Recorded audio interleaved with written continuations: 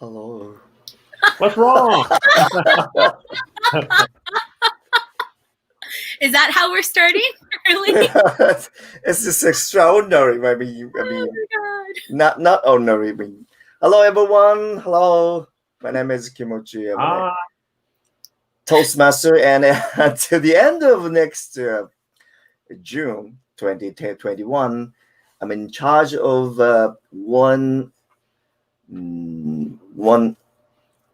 special name, Evangelist, in order to promote Toastmasters throughout Japan. And today, now regular YouTube live streaming, and we have a special guest tonight. Yay! Look at the monitor, look at the screen. We have a regional 14 advisor, Toastmaster Marcie Gansler. Yay! Could you give him a big hand? Hi, And everyone. of course, thanks. Good evening, Marcie. Hi. Yeah. So now, where do you live? Do you live now? I currently live in Seoul, South Korea, but I grew up in the United States. Oh, wow. So when did we meet? 2 months ago? At the end of July. It was the very beginning of August at the that's online. Yeah, it's a World Cafe online. Yeah. I was so impressed. I was so mesmerized with your smile. Oh my gosh. Yes, so your big weapon that you have. Yes. Well, And so I'm so honored. I'm so glad to have you as a guest for this live streaming. And of course, a regular member. Let me introduce one of regulars. Now leading District 76, leading Japan Toastmasters Japan District 76 Director Toastmaster Yusuke Ohashi. Thank you. Hi, good evening, everyone. Thank you very much for having me. And of course, we have our handsome voice, cool voice, but unfortunately today he's hiding from you all. IT Director Sakai-san, Kazuki Sakai, give him a big hand. Yay. Oh, still hiding? So there's some problem on your webcam? Sakai さん、少しお顔とお声だけでもいただけたら。出た。よかった。イェーイということで。はい。So now, today, yes, the program goes in English and not in Japanese. I'm a little bit nervous, actually. Yes. even though I'm an English Bakugo performer, but I'm a little bit nervous today. Today, I'm going to talk about how to be influential. How to make an impact.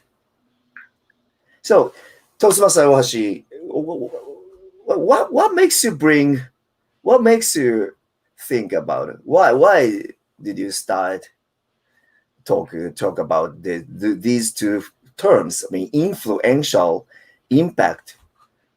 Could you give us some reason why?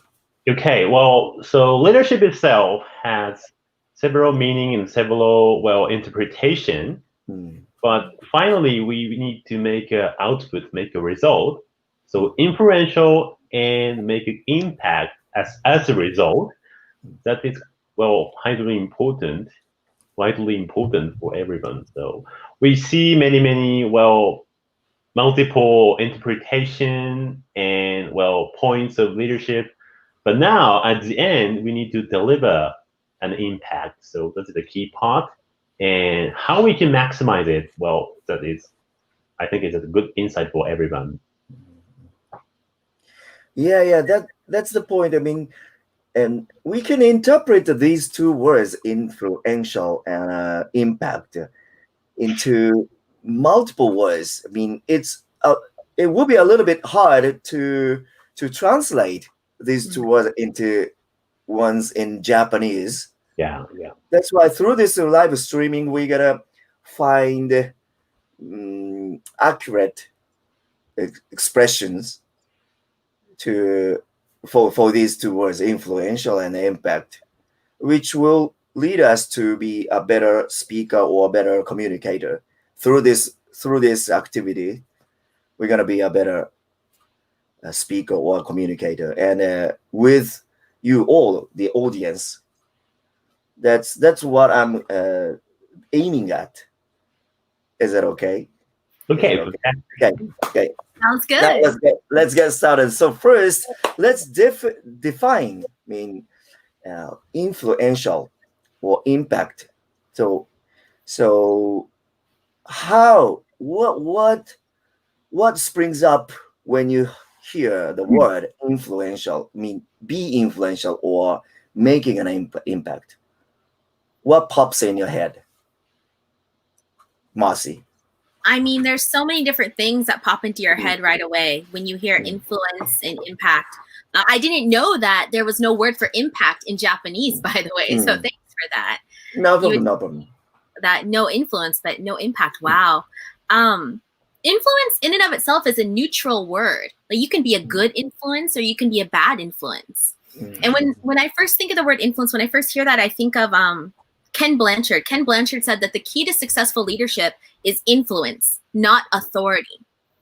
So there are a lot of people who want to be leaders or who find themselves in positions of leadership who think that they have, now that they're leaders, the reason that people follow them is because they have authority or power.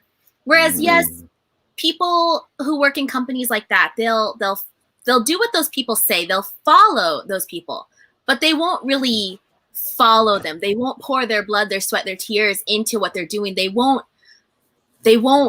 put their passion into what they're doing.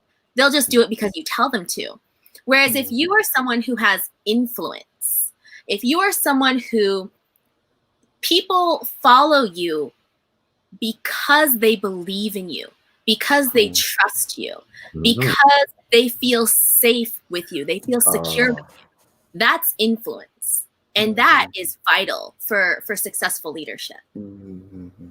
But it is really difficult to define. I know what I mean. About the word authority, sometimes people need to follow, or people are forced to follow. But influence, maybe people believe or trust or follow the one spontaneously. With passion or something emotional. I think so. It's the difference between me saying you go there and me saying we'll go together, kind of thing. We're not even having to say it. Like when you have real influence, positive influence on people, they not only do they follow you, but they want to. They trust you. They'll go with you anywhere, to the ends of the earth and back. I see. How about you, Toastmaster Ohashi? All right. Well, influential. We can be engaging, encouraging. Well, yeah. Marcie mentioned about it's kind of not the I leadership, but we leadership. Tackling the problem together.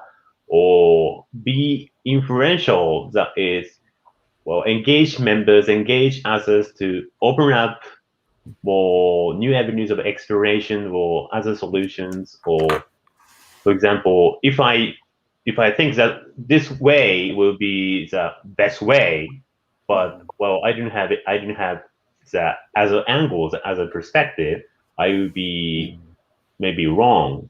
So it is a kind of making an achievement. So influential means, getting feedback or getting help or support, grassroots support from everyone around them. But I think we can say influential on that. So, Marcie mentioned about it's like a bureaucratic or political, like an influential person, like a politician or like a policy maker or prime minister. Well, that can be influential, of course. But in team level or like in Toastmasters district or division level, I think we can have a different observation of the definition of that. So dictatorship, maybe that would be influential in that way. But yeah, so well, country or some like CEO levels initiatives that must be also influential. But I like to focusing on influential in the team or influential around you. So yes, I'm not a prime minister. I'm not a president. Actually, luckily, I have no experience to catch the COVID-19. Actually. Oh my God. So me influential. So I have no influential based on any authority. But like Ohashi-san said, I want to be a leader based on some emotion or enthusiasm, something. I mean, maybe in other words, influential would be something springing up spontaneously from the others. I mean, that's how I felt through our conversation. Spontaneously. Yeah, I mean, and like I think Stephen King said, we never know which lives we influence or when or why. Like we never know exactly what impact we're going to have on people, be it in Toastmasters, be it in our workplaces. Like I'm a teacher. I teach business English to adults. I don't know. Like usually adults are pretty set. What kind of impact am I going to have on them? But when I have students who come back to me and say, months later, years later, like, Marcie, I really enjoy reading English books because of your class. Or Marcie, I really like studying English because of the way that you taught your classes. Like that's influence, I guess, in my world, but we just never know when that is going to happen.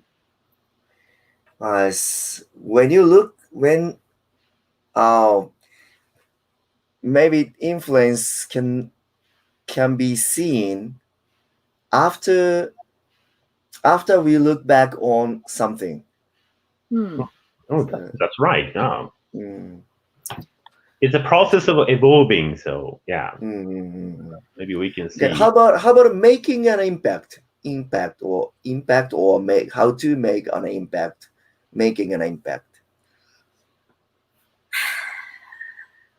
Impact. The first impression when I heard of the word how to make an impact, it's like a baseball hitter, bam, bam. But of course, we often use the impact like this. Your speech have a strong impact on the audience or something. So Toastmaster Ohashi, impact. Could you give us some trigger to enhance, to stimulate our conversation? Okay. Regarding the word impact. Impact. Well, as far as team building, person who has an impact that makes is like a big magnet that connects many members and many team members and many other friends or stuff like that. So some kind of involvement in engagement will be easily seen in the sense. In other way, like let's say impact. They may have some small conflict at the first phase, but conflict is natural and healthy, and it's supposed to be expected. But some kind of going beyond the conflict, we see many ideas changes, opinion changes, have more gain, multiple perspective. That must be nice impact. That this will be small conflict but big confidence, a big result. That kind of energy or integral to part of team process would be one example of the impact. So maybe you might be thinking about the impact is a kind of phase. Yeah. Something outside of us, incident happening, event, something like that. On the contrary, influential, being influential or influence mean you something within us, outside and inside. Inside, influence or influential is inside us, within us. On the contrary, impact is the general term of a lot of things, including confrontation, discussion,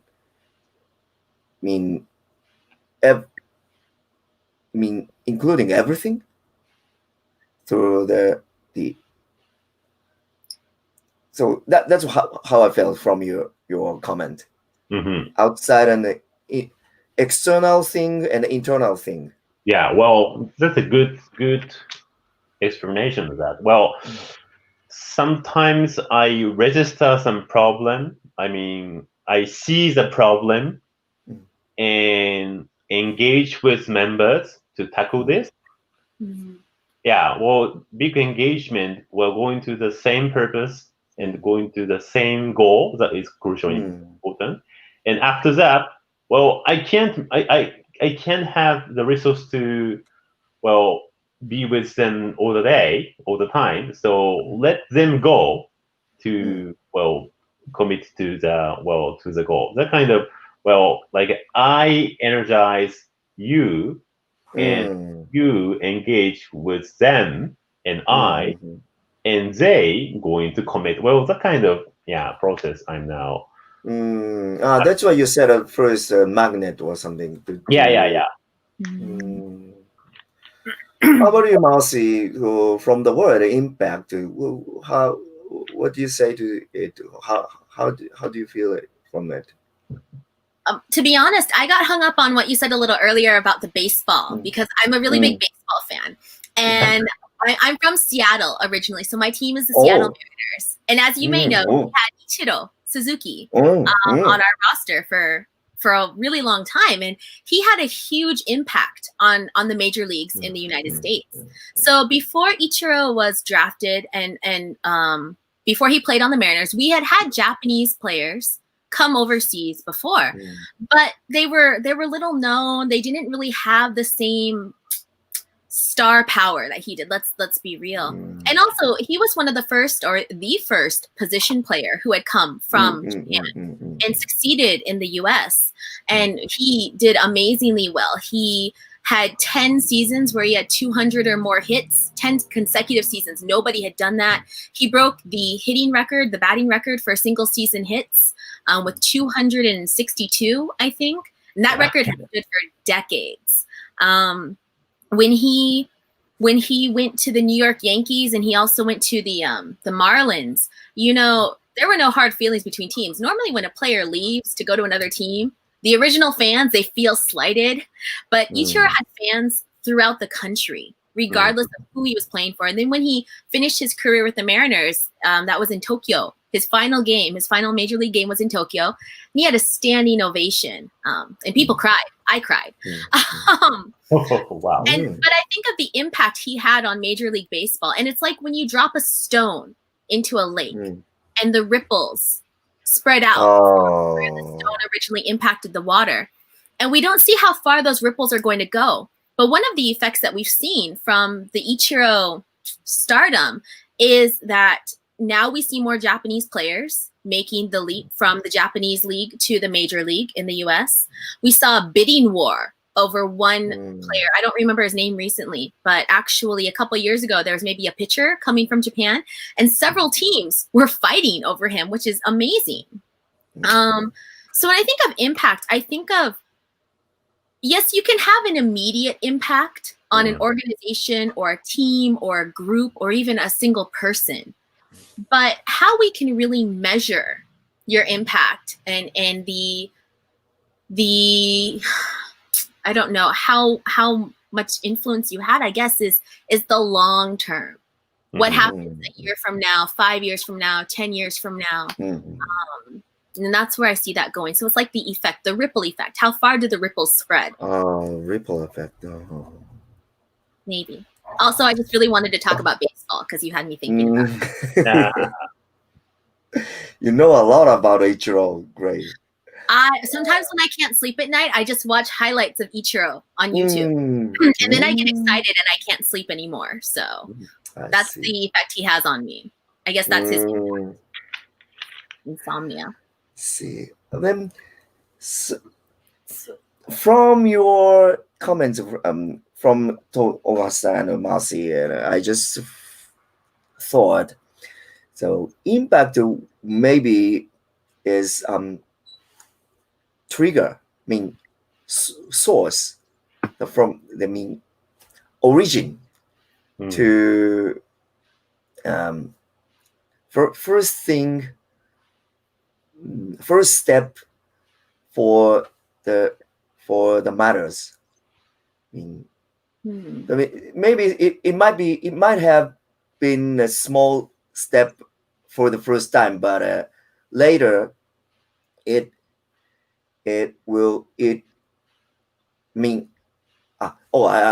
came up with the word change. The first thing for the change, impact. And actually at previous live streaming, we talked about change maker. Change maker. Oh, that's why Ohashi-san chose the word impact. Yes, so you're a genius. Clever. He's super clever. Like, I know where I want to go with this. And then Ohashi-san mentioned the word meaning team building or team leading, team managing. So, okay, then now I think we'd like to talk about influential and impact for teams, team building, team managing, team developing. So in order to grow your team, in order to develop your team as a leader, so influential impact, how will we take advantage of these two words or these two not words, concepts? Concept, yeah. Influential impact as a leader, team leader. I mean, the first thing that anyone has to do, if you want to be a successful leader, if you want to lead a successful team, the very first thing that I think that you have to do is you have to provide a sense of safety or security to the people in your group. There's this concept of psychological safety, and this is not a new concept. You can find there's videos on YouTube, there's books written about it, but it's the idea that everyone feels safe to make mistakes, to take risks. They feel secure that their job isn't going to depend on whether or not they mess up. And that's what I like about Toastmasters, to kind of bring it to Toastmasters, is a lot of times in our workplaces, if you make a mistake, you might cost your company thousands or even, God forbid, millions of dollars. You could lose your job if you make a single mistake. Whereas in Toastmasters, not only are you encouraged to take risks and make mistakes, but we praise you for them because you can learn from them and other people can learn from them too. So the first thing that any leader has to do in any team, regardless of what kind of team it is, how many people are on the team, in what industry you're in, is creating that sense of safety for people so that they feel that they know that you as the leader have their back, that you're going to protect them, you're going to go to bat for them, and that you're going to respect them enough. And if they feel safe, they will do anything for you. I wrote down some quotes because that's the kind of person I am. And there's a lot of people who just talk about the environment that we create. And not only is it integral to being a strong leader to create a positive environment, a safe environment, but that's where, we come up with these ideas. So Simon Sinek, he said that the role of a leader is not to come up with great ideas. The role of the leader is to create an environment in which great ideas can happen. And those great ideas can't happen if people are fearful fearful that someone is going to take their place, fearful that they're going to lose their position, fearful that they're going to be made fun of or ridiculed. So safety. Creating good atmosphere included. Yeah. I totally agree with that. Actually, yesterday one thing happened. I mean, I'm the president of my own company, and at the same time, I'm a director of the other company. Oh. And of course, the other president, the company has the president. He is a little bit strict. I mean, then we have a regular meeting, and yesterday it happened. Once the meeting started, the atmosphere totally changed. Too strict, too severe. So the participants seemed insecure, uncertain, insecure. And then they seemed a little bit afraid to say some opinions. So there's no creative mood, atmosphere. So maybe that at that time I thought. Now I remember the scene yesterday from Marcie's explanation talk. There's no good environment yesterday. So the leader, the president yesterday at the time, at least he needed to create some air for the participants to say something freely, because meeting is just a meeting. I mean, the meeting is to get opinions, feedbacks from all the participants. But it failed yesterday, at least yesterday. That's what I thought from your talk. No influence there. Yesterday. Okay. No influence. I mean, bad influence. Bad influence, like a bad negative influence. Bad influence, yes. So in Kimochi-san's way, the secure or like security or safe, that is, everyone can say hi, everyone say their opinion, not so, how can I say, authoritative. Authoritarian, like president say, that kind of, stupid leadership will be avoided. So we had a lot of eye movements during the meeting. What's going on? Yeah. Who's gonna say something? Who's gonna get something? Who's gonna say first? Who's gonna say something first? Totally Japanese. Totally interesting. So, how would you tackle down some kind of authoritative atmosphere? I mean, some kind of top down and a bit not safe, not secure. How would you tackle it? I hate to say it. The first thing that a leader has to do is they have to listen. Listen. They have to be willing to listen, and not only listen, but like, for example, let's say we're in a Zoom meeting, because life nowadays is online, and you can see everyone's face very clearly on your screen, right? So like, not only should the leader be the last person to speak, but they also need to not react to what other people say. So for example, if I'm the boss of the boss, I hate the word boss. If I'm the leader, if I'm facilitating the meeting, and everyone's looking to me to make a decision, but I have this group of advisors, or this team of people who are giving me information. Even if I think that what the person said is just completely stupid, I shouldn't shake my head or make a face or anything like that, because everyone can see, and that's going to make them feel, like uncomfortable. And if someone has a great idea that I love, I shouldn't react to that as well. Like no nodding, no smiling, no nothing. Just let people speak and listen. And then at the end, then I can say, as the leader, what I wanted to say. But first, you have to see what everyone else has to think about it. And that also creates that safety and that security, and it allows everyone the chance to be heard. And that's really important, because people, it's just a human need. We want to be heard. I don't know how I feel about this right now. Like, this live stream thing is really scary, not gonna lie. I don't need to be heard. I'm good. Thanks. Yeah, well, You're a good listener, so. No, thanks. Yeah, but that's true. Trust and openness and active listening. Yeah, that's a listener. needed exponential, I think. Recently, one thing I always keep in my mind is when my staff members make some mistakes and report it to me, the first thing I always try to say is thank you for reporting me your mistakes. Always thank you for reporting them. I used to be too strict. I used to be about 5 years ago. I always say, why did you make a mistake? Why did you, what makes the mistake happen? Something like that. Why? Of course, it's important to seek to get the reason why mistakes will happen. But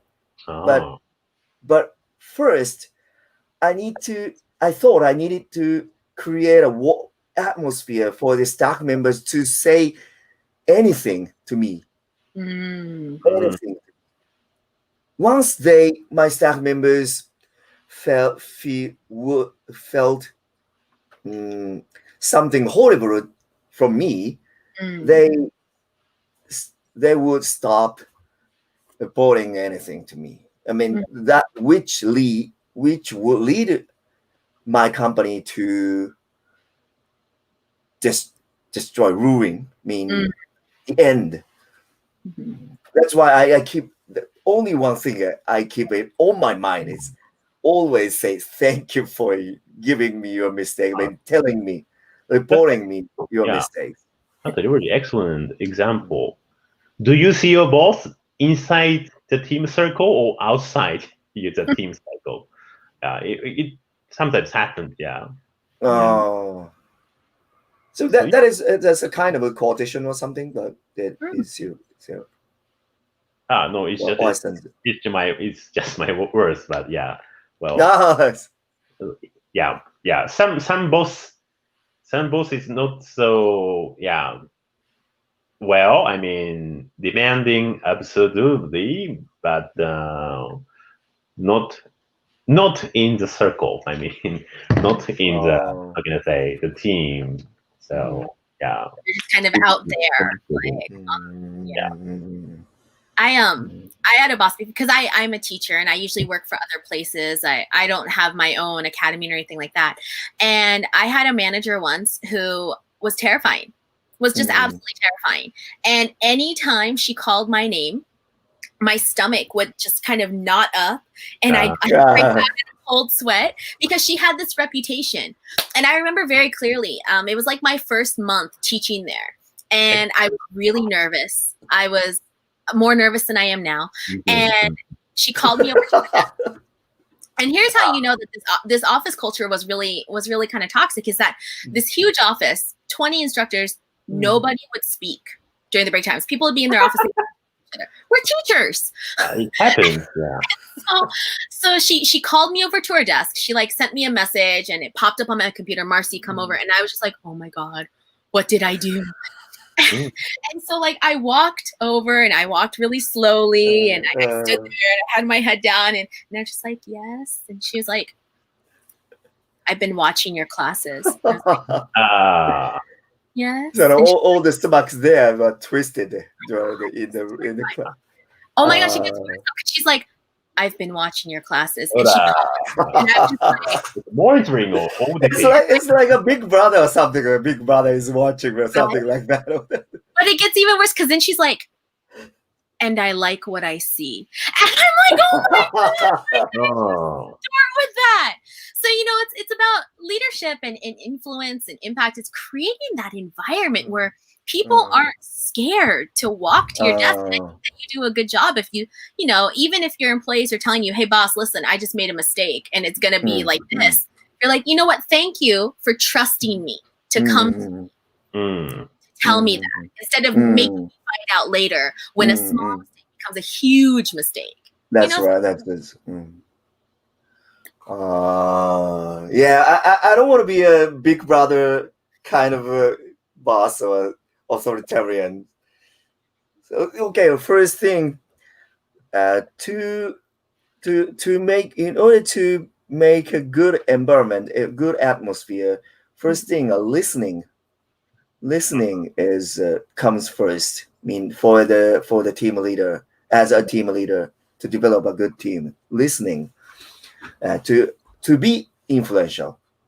I mean, second, what thing comes up with springs up in you? Listen. Okay, listen. All the leaders listen what the staff members are saying, and after that, after listening to the staff members, what will we do? Well, personally, my recommendation is about make a questioning culture. Questioning. So yeah, leaders can ask some questions, and what would you think, and what do you think, and what is your opinion? And well, I think A is right, but you see different angle. Well, that kind of conversation that, well, maybe members are reluctant to propose before leaders shows. Yeah, those kind of questioning culture, that must be really, really important. So open up the new fresh air and new avenue of exploration. Yeah, these kind of types of culture that must be very crucial. Yeah, well, but in Marcie's case and Kimochi-san's case, poor questions we have, of course. Poor question. Why are you behind the schedule? What is the problem of the project? My stomach got twisted. Better than that. What are you talking about? Well, yeah. So, well, we see some good questions should be done. Otherwise, nobody's followed. So, well, in the beginning, I said I leaders or we leaders. Well, this kind of atmosphere, culture, that must be very important. Well, but they don't know the impact. They don't know the importance of that. Maybe. So I think we can figure out what it brings the bigger benefit. Yeah. So why would you think that questioning is important for everyone? Marcie, what would you think? Asking questions. I mean, I'm a teacher. I want people to ask questions. If you don't ask questions, I have done something wrong. I think it's important to create open channels of communication, but I think that it has to be even outside of our work. Yeah. Because people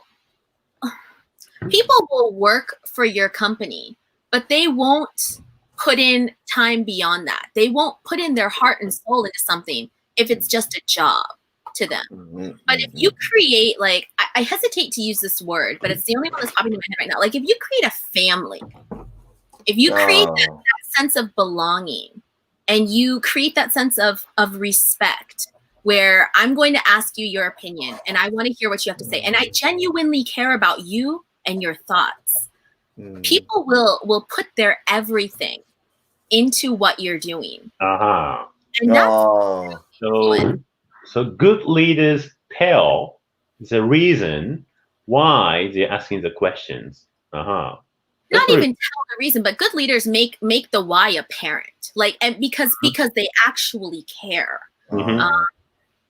I think that integrating or sharing mean so combining sense of belonging or sense the family. I mean, we're each individual, but in a way we're gonna become one thing, like one cohesive unit. Build positive attitude and also self-esteem. Yeah, that's good. People want to feel like they belong, and they want to feel like they matter. This is like one of our basic psychological needs. We are driven by a sense of community, by a need to be with a community. And so that goes even beyond, just asking, okay, what do you think about this? Okay, what would you do? What am I missing here? How can we do better? And taking that into consideration, but also getting to know the people that you're with too. When I was a university student, my father got really sick and I had to go home for like a week, or I don't know, it was a couple of days. It was really big at the time. And when I came back, my professor, this was maybe my senior year of university, my professor pulled me aside and I had missed a deadline for a paper. That's why I remember this. I missed a deadline for the paper. She pulled me aside and I had opened my mouth to say, I'm really sorry. I'll get it to you, blah, blah, blah. And what she said is, hey, listen, I heard about your father and I just want to see how you're doing. And we talked for 5 minutes, just brief 5 minutes. She never once mentioned the paper. She never once said, you missed an assignment. She never once said, why weren't you in class last week? But she cared about my situation and what was going on. And, like that helped. That made me want to work harder. That made me want to do better because I felt like I wasn't just a nameless face in the crowd. I felt like I really mattered. So if we can do that for the people that work with us, if we can do that for the people that we're leading, create that sense of belonging, they will give everything that they have to what we want to do. So in that case, you get some power voluntarily from the word from the professor's word. Yeah. Yeah. Well, Marcie mentioned about emotional benefits of questioning. Well, that's crucially important. From my side, it's kind of logical benefits. I mean, well, especially in business, like asking question is a quite nice way. We need to find out the answer towards what vivid question is waiting for us. So, asking question creates deep reflection and, think contemplative, and, they don't have different angle, or some people mention about the big risk hidden that. That kind of argument, that kind of discussion should be made, and enable people to view better the situation. That kind of generate positive action is quite important to lead by question, and what kind of alternative ways or option or benefit or trade-offs are hidden in the someone's idea or draft. This kind of discussion is crucial. Otherwise, some people they say I, but other people they don't think the detail. So not being questioned or not being asked for the question. Ask the questions, then they start thinking in detail. So I think that kind of whole process is quite better in productivity. So yeah, I think that's a good impact. Influence. Yeah, in order to survive this business situations, of course, we need to take care of some risks, hidden risks. So, through the conversation, through the meeting, we would like to get as many. We would like to find as many risks as we can.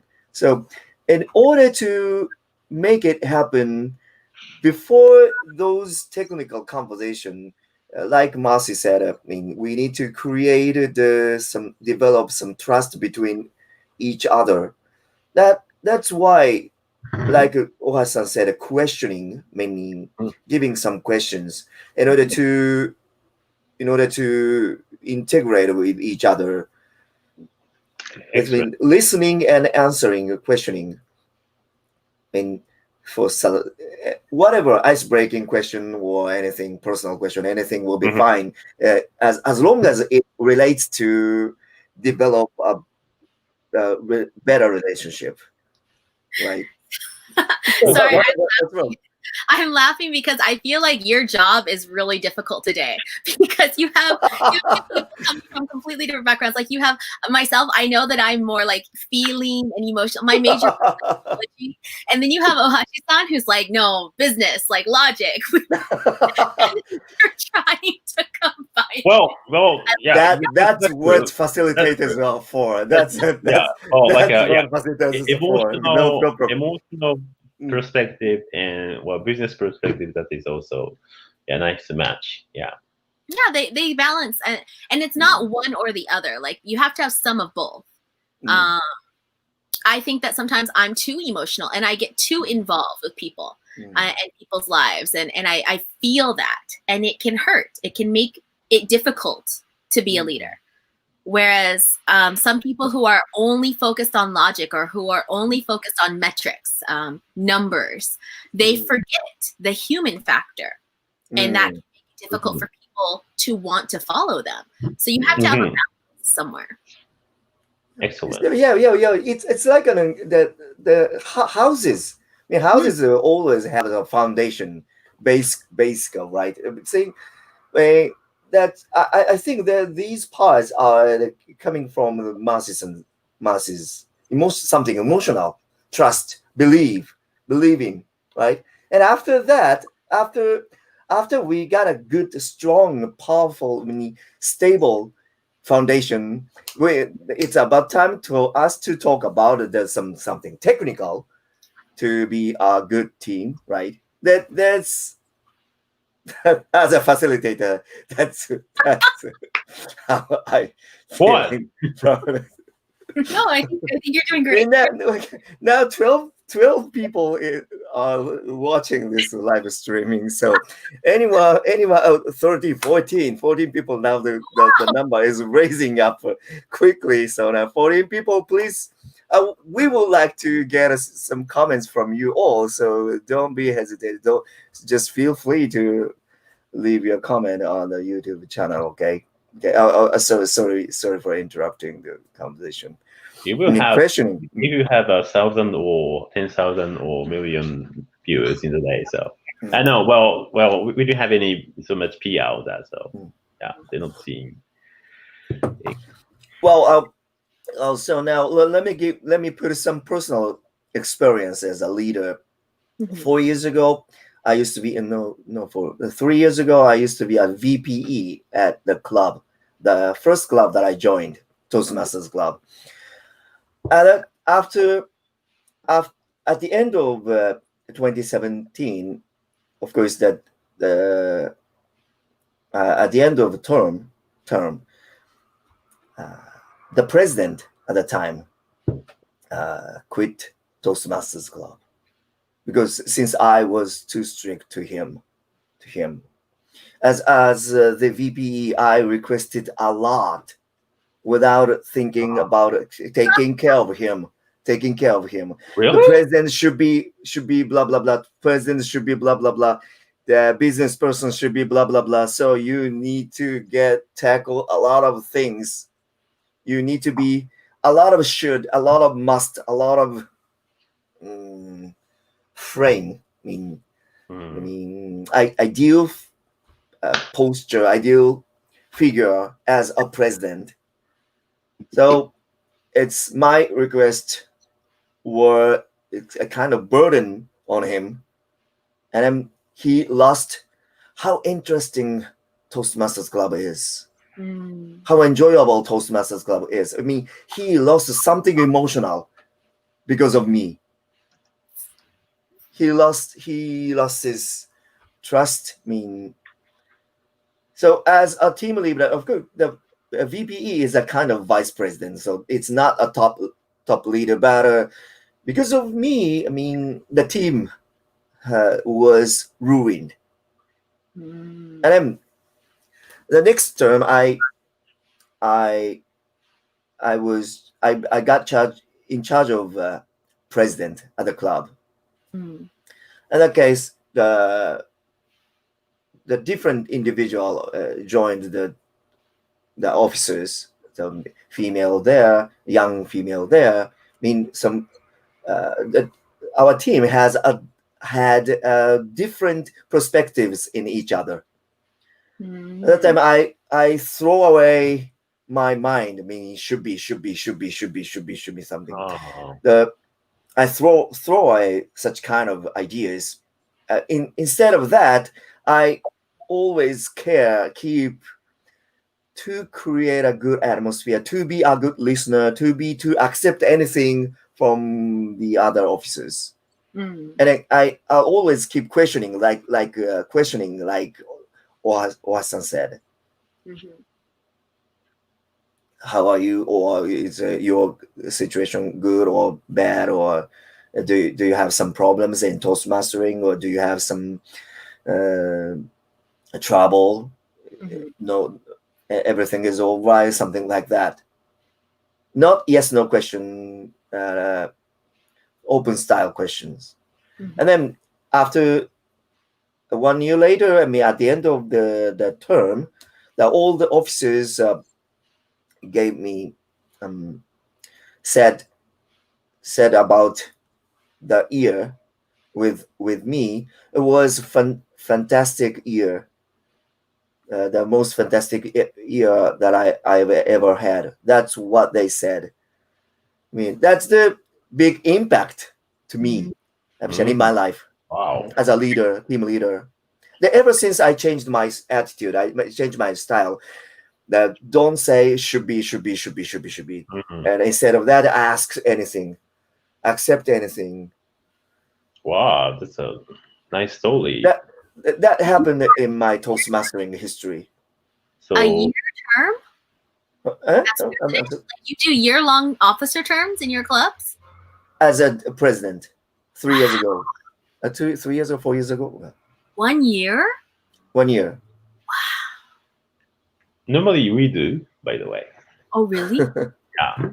Oh. So And yeah. one of the officers now turned into my personal assistant.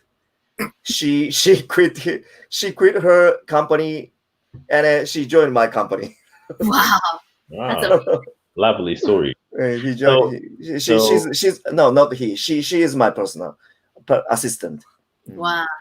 So leaders, maybe as a first phase, we don't know the power of team, or well, leaders can't do of their own, but they don't know about it. Well, for the next phase, I think, well, team building, well, like I need to share my everything, and I need to explain to everything. Well, that kind of, well, in order to boost the team, sometimes that leader is trying to, well, do their own. But that kind of, well, like a bad loop to be hidden there. Yeah. Well, maybe they're not so confident. Well, they're a little bit, well, more confident and, well, more thoughtful. Then they can open up and will have the abundant feedback in a good way, and we can brush up and build up more better quality. That kind of whole process can be done, but maybe leaders are not so confident, or maybe leaders think that I can do by my own. That kind of vibe, that would be, yeah, one of the failure, I think. So not necessary to be perfect. No. I'm so relieved to hear that. I mean, I think that's a challenge. Nobody is perfect.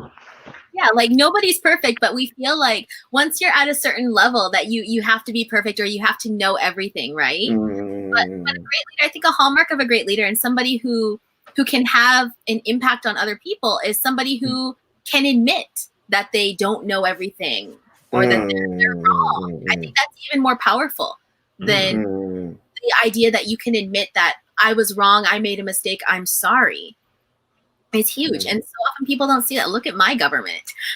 Don't look at my government. We're not going to talk about politics. Okay. Wow. Okay. Listening and questioning, and after that, so don't care to be perfect. I mean, and then developing growing some trust from the other team members. That first phase to be influential. And after that, I agree. After that, being influential would lead to making some impact.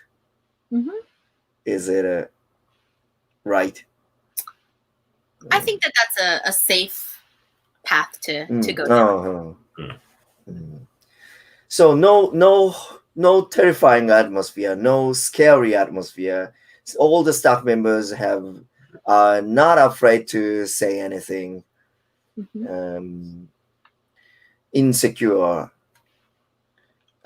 Secure. Insecure. Secure. Comfortable atmosphere. Atmosphere. Then, how about visualizing some goals or showing some flag,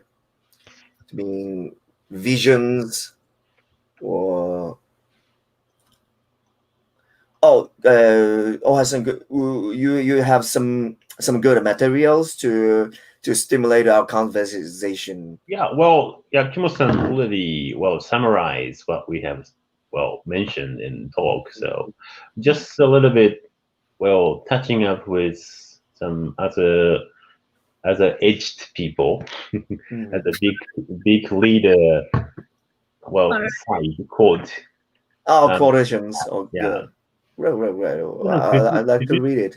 What kind of quotes you got for us? Could you share the screen for me? Thank you. Well, one leader is Brian Tracy. He's quite a successful, influential person. All success people with a powerful personal power, precision expert, they give a lot of thoughts to how they can get other people to help them. They plan and strategize before they act. They achieve the goal and persuasion and influence directly. So, how they can get them help. So, the kind of help-minded person would be a nice leader in next slide, please. It's a kind of a giver mind, not taker, giver mind, or something. I think it's also about knowing the right people for the right job. Right? How they can get other people to help them and knowing the skill set. Okay, and can you go to the next slide, please? Thank you. And your ability to communicate, persuade, negotiate, influence, delegate, and interact effectively with other people will enable you to develop leverage using people's effort, others people's knowledge, and other people's money. So, not the eye leaders, but we leverage other people's effort and knowledge, and even the money. That's what we have told. And can you go to the next slide, please? And Simon Sinek. I love his YouTube, not the YouTube, but TED Talk, and one of the top ranked YouTube viewers and TED Talk viewers and quite popular. Why? How? What? There's a little idea explain why organizations and some leaders are able to inspire others where others aren't. By why, I mean, what's your purpose? What's your cause? What's your belief? So this kind of questioning will be a nice kickoff. And okay, go to the next slide, please. And the next one is when we feel safe. Marcie, safe. Inside organization, we will naturally combine our talent and strengths and work tirelessly to face the danger outside, seize the opportunity. So, even though we have some predicament or challenges, our job is a little bit, how can I say, going against the status quo, going against the current one. So we see some dangers outside, but we feel safe. That's very important. Can you go to the next slide, please? Yeah, when dealing with people, let's remember we are not dealing with the creatures of logic. You pointed at me. I'm a logic person, but we are dealing with the creation of emotion. Marcie. You win and I lose, but dealing with the emotion, that's crucially important. Creatures bristling with prejudice and motivated by pride and vanity. This is by Dale Carnegie. So creatures of emotion. Excellent. Okay. Going to the next one, please. And if there's any one secret of success, it lies in the ability to get the other's point of view and see things from that person's angle, as well as from your own. The questioning is one of the way to exchange ideas, to integrate part of get the multiple perspectives. So I think that's a good way to lead by question. Not you don't just do speech all the time. So you ask a question, you participate in the discussion, and attract by listening. That would be a good way. I think that this Carnegie quote also touches on something important. Leaders have to have empathy. Empathy, You use the word empathy. Empathy. So important. Now, human beings are some creatures of emotion. We consist of a lot of emotions. Which mean to in order to create a more comfortable atmosphere, we need to become a good listener.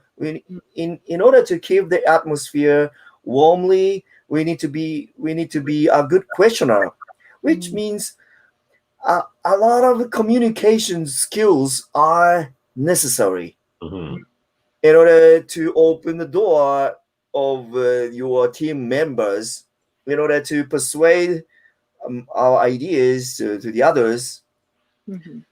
Always communication, speaking, listening skills are needed. Essential, crucial. That's what Toastmasters clubs are for.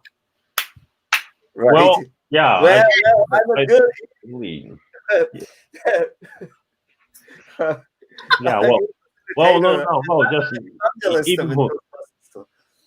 Even for speech, at the first place, I made a speech about talking about myself. That's all. Self-introduction. That's all. But we see the good example of good leaders' credential or requirement. Now we can make a team connection and have a demonstrate emotional impact. That must be highly important. But at the first phase, nobody knows. Through the Toastmasters activities, be evaluated sometimes. It would be one key, and that makes lots of sense to me. In my Toastmaster journey. Marcie and Ohashi, you are high-ranking directors, right? You're district director. You are leading Japan, and Marcie, you're leading Region 14, including Japan, Korea, South Korea, Taiwan, Philippines, China, Philippines, Macau.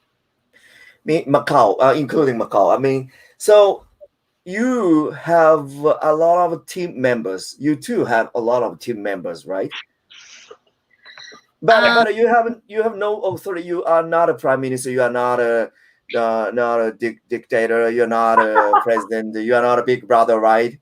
So to be a good team leader in Toastmasters clubs, as our high-ranked director, to becoming a good listener, becoming a good questioner, becoming a good negotiator, you too need to get a lot of communication skills through your Toastmastering experiences, right? So I'd like to get some personal stories regarding to be influential or making some impact. in Toastmasters. In Toastmasters Club. And now which some non-Toastmasters Club will find it useful or interesting? I mean, I think that a lot of people in Toastmasters think that the skills that they're gaining in Toastmasters are only applicable to Toastmasters. Wow, I just said Toastmasters a lot in that one sentence.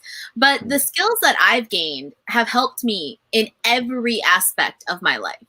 Toastmasters, my personal life, my working life, my friendships and relationships that I've had, the skills that I've learned in Toastmasters, that I've practiced in Toastmasters, that I've honed and sharpened in Toastmasters, they have benefited the rest of my life so much. So for example, I mentioned earlier, I'm a teacher. I've been teaching English now for over 13 years.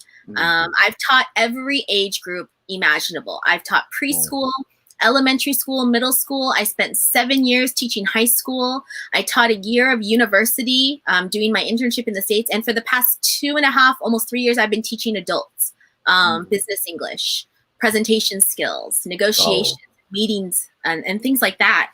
And one of the things that has crossed over from my Toastmasters journey, my learning there, is the ability to give evaluations and feedback to people. People give speeches, and at that same time, they have evaluators, people who look at their speech criteria, their speech objectives, and they're like, okay, listen, this is what you did well, and here's what you can do better. And we have to do that in our daily lives. If you work in a company, if you're a leader in a company, you have to give feedback to your team members, right? And so many people are so bad at that. And as a teacher, I have to give feedback to my students, but I have to give feedback in a way that encourages them to continue rather than stops them from going on. So that's one thing that has carried over. Another thing is my confidence in myself. And I think every great leader, every great influencer, and when I say influencer, I don't mean like those people selling stuff on Instagram and trying to get you to watch their TikTok videos or whatever. People who have influence, they are confident in themselves and what they have to offer. And there's a difference between being confident and being cocky. Someone who's cocky is like, I'm the best, I'm the most amazing, no one is better than me. Whereas someone who is confident knows their own value and they know what they have to offer. And when I first started, did you just laugh at me? No. So, just go on. Yeah, whatever. We're going to talk about that later. I told you, we talked about this before, like doing things like live streams, speaking in front of people, I get very nervous. And I used to not be able to sleep at night the night before. I used to have panic attacks. But through the practice in Toastmasters of both practicing public speaking, but also practicing leadership through club officer roles, through area officer roles, through district officer roles, through now the region, being appointed to the region advisor, I have more confidence in myself and in what I have to offer. So even though when I started teaching English in Korea, I was very young. I started my first job in Korea when I was still 20 years old. And I taught high school. I moved to high school to teach high school when I had just turned 23. My students were only 5 years younger than me, 5 or 6 years younger than me. They called me older sister. And I started teaching corporate English when I was 30, 31. And when I even did my interview, the person interviewing me was like, what do you have to offer these guys? These guys are managers, they're directors, some of them are senior executives. What do you have to offer them? But Toastmasters taught me what I have to offer. It gave me the confidence to go into that classroom, to speak to these guys who have positions I can't even imagine. And, months or years later, I get messages from these guys that say, hey, listen, thank you so much. Because of you, because of your class, I did this. And I'm just like, wow. So Toastmasters, I just heard my own voice. Why did I just hear my own voice? That is not nice. Some ghosts or something? No, like Toastmasters, I mean, this is the District 76 channel. We're here to talk about influence, but we're here to talk about how Toastmasters can help you with that too. And Toastmasters, I think, is one of the most valuable tools that you can ever use to become better at what you want to be and what you want to do. Oh, wow. Confidence in yourself, in you. I still How about you, Ohashi-san? Your experience in Toastmastering? Well, leadership is to get amazing outcome, extraordinary achievement by not extraordinary people like me. So, I mean, well, everyone can do the good things, well, good result will come. So I've learned a lot of team learning process, and well, especially for district management for district is to challenge the status quo, challenge the current situation. And from CCD, DQD, DD, well, from some called trio, we are about to think about the future and for growth. So for growth in NPO, a bit challenging. So nobody has a objective incentive for that. But if you have more growth, I mean, if you have a more better quality of your club, of your district, or more better membership experience, that will bring more guests and more Toastmasters members. And if you have more Toastmasters members, that we have more opportunity and more diverse and more extensive experience in Toastmasters. So that kind of loop, that kind of I call strategy loop, that is crucially important. And some clubs stop for growth on their purpose, but ended up it's not so successful. So how we can convince and inspire and engage them to make both mutual goal. That kind of challenges. That is kind of think about teams, think about people. So I can't just think about myself. And I used to be a kind of I-type person, but now I think I'm getting we-type person. So we ask team for help and encourage team to get a more better way to resolve the problem. And that's cool. The kind of steps is really challenging, and I see many insight. For 3 years, even for district officers, now we have 85 district officers this year, and for sums up like 240 officers, but they are so different for each year. So I see at least 240 view and opinion or perspective that I don't have, and they inspires me a lot. And now I can anticipate I'm missing some kind of angle or some kind of perspective view, so I need to catch up, or I need to ask for help to refine, and that makes more productive, and that is quite important for me. And starting by speech, so every Toastmaster starts with only one single speech, but speech about myself, from speech about myself, but now talking about the team. What is a better way to energize my club, and how can contribute to other club that is a erudite level. And now the kind of steps I see taking the charge and leading the team and unleashing the potential. Now I see that kind of action, the process for engagement is quite important for us. But at the first place, I didn't realize that. I didn't register.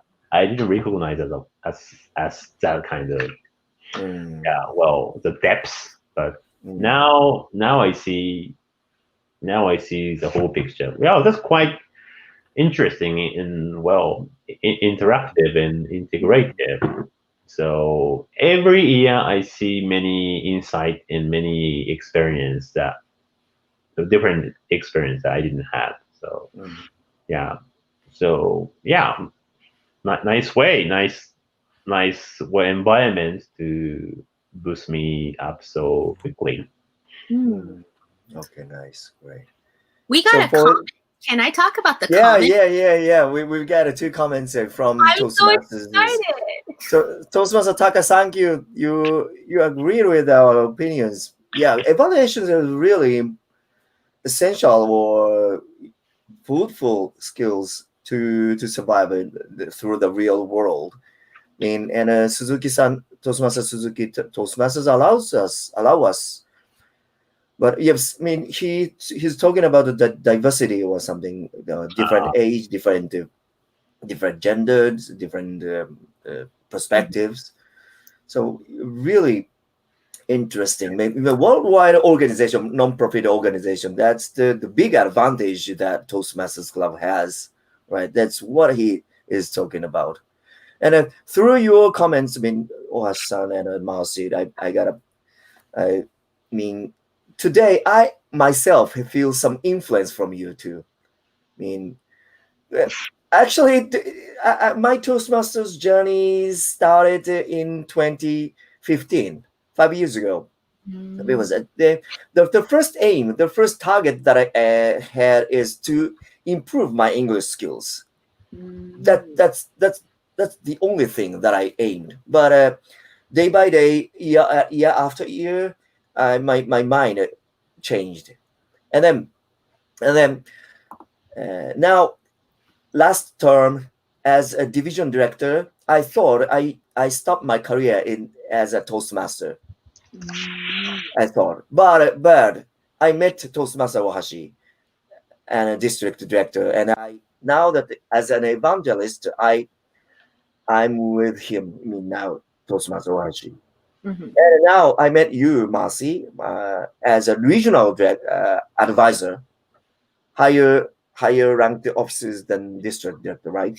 I mean, and I see something interesting, something exciting through the activities that you two have as a district director, as a regional advisor.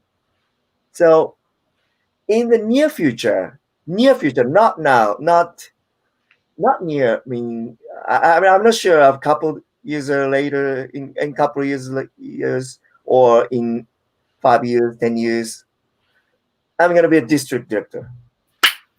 I'm gonna be a regional advisor or some place to enjoy the experiences in Toastmasters because the for those who are interested in Toastmasters Club, for non-Toastmasters, I'd like you to know one thing.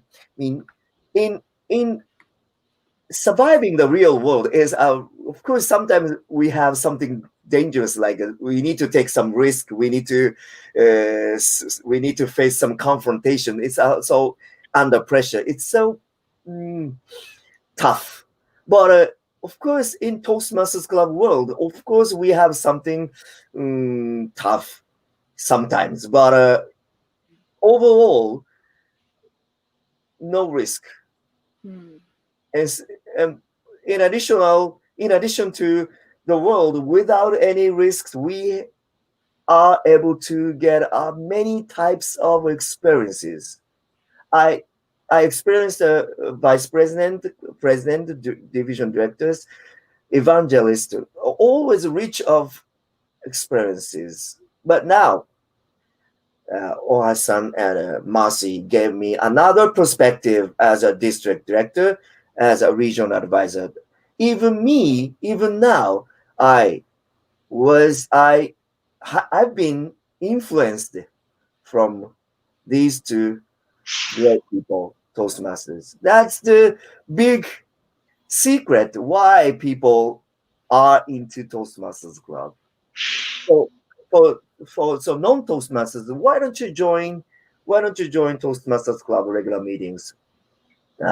You'll be able to experience something relevant to your real world. Now, yeah, Toastmaster Ohashi and Toastmaster Marcie always, you two are influential to me. And you too made a big impact. Thank you so much. And that's okay. Let's wrap up with this word. Thank you. Okay. Okay.